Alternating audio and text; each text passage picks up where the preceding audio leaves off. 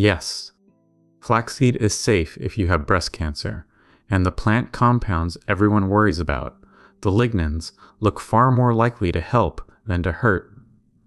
I know that runs against a fear you have probably heard 100 times, so let me give you the full picture and show you exactly why the science lands where it does. The fear goes like this.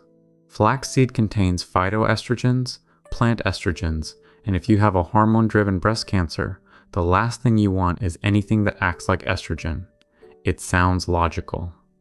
The problem is that the word phytoestrogen does a lot of quiet damage.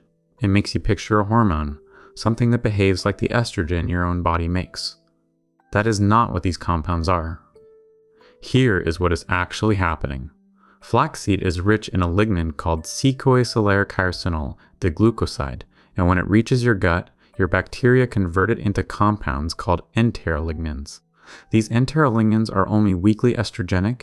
Think of estrogen and its receptor like a car in a parking spot.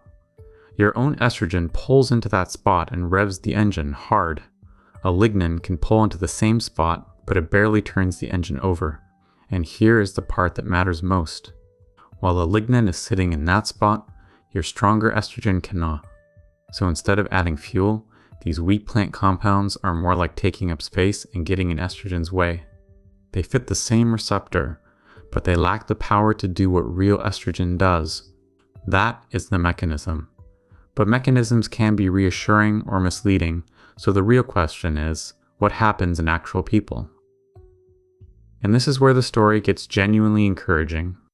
There is a well-known human study where women who had just been diagnosed with breast cancer ate a muffin containing about 25 grams of ground flaxseed every day for a few weeks, right up until their surgery. When researchers looked at the tumor tissue that came out, they saw reduced markers of cancer cell growth. One of those markers, called Ki-67, which tracks how fast cells are dividing, actually went down in the flaxseed group. That is a short window in one study, so I'm not going to oversell it, but notice the direction. The flaxseed did not speed anything up. If anything, it nudged the tumor towards slowing down. The laboratory work points the same way. In animal models, flaxseed inhibited estrogen-driven tumor growth and reduced the tumor's ability to build new blood vessels. And in one of the questions that worries people most, flaxseed did not interfere with tamoxifen. In those models, it did not blunt the drug and did not work against it. So the picture we have, from the cell studies up through actual patients, is consistent. It is neutral to modestly protective, and it points in the friendly direction. Now step back from the cancer question for a second, because flaxseed was a genuinely healthy food long before any of this. It is one of the better sources of fiber you can add to a day, and fiber helps in more ways than I can list here. It carries alpha-linolenic acid, a plant-based omega-3. These are the exact things an oncology dietitian is usually trying to help people eat more of, not less. If you want to actually use it, grind it. Whole flax seeds tend to pass straight through you, so the ground version is where the benefit lives. A tablespoon or two a day, stirred into oatmeal or yogurt, is a completely reasonable place to be. I will give you one honest caution, and it is not really about flaxseed as a food.